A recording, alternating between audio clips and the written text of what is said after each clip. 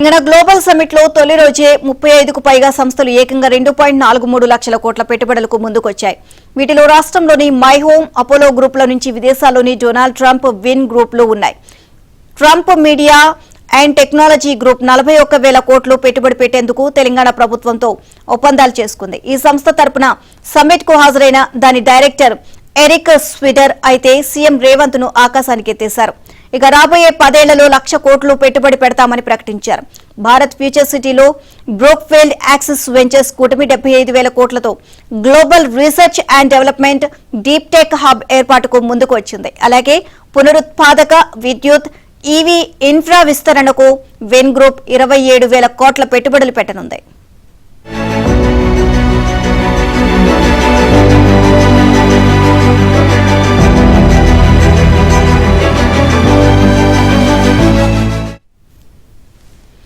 Rising సదస్సులో విభిన్న రంగాల నుంచి రాష్ట్రానికి పెట్టుబడులు వెల్లువెత్తాయి. Artificial intelligence, IT, green energy, విద్యుత్, రవాణా, విద్య, వైద్యం, పర్యాటకం, వినోదం ఇలా పలు రంగాల పారిశ్రామికవేత్తలు తెలంగాణ ప్రభుత్వంతో పెట్టుబడి ఒప్పందాలు కుదుర్చుకున్నారు.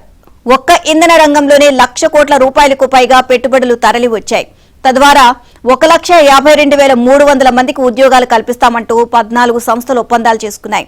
ఫ్యూచర్ సిటీలో కొత్త జూ పార్క్ ఏర్పాటుకు రిలయన్స్ కు చెందిన వంతారా ప్రతినిధులు ఒప్పందం కుదుర్చుకున్నారు. అలాగే సీఎం రేవంత్ రెడ్డి, పరిశ్రమల మంత్రి శ్రీధర్ బాబు ఆధ్వర్యంలో తొలి రోజు deep tech, green energy, aerospace రంగాల్లో పలు పెట్టుబడుల ఒప్పందాలపై సంతకాలు చేశారు.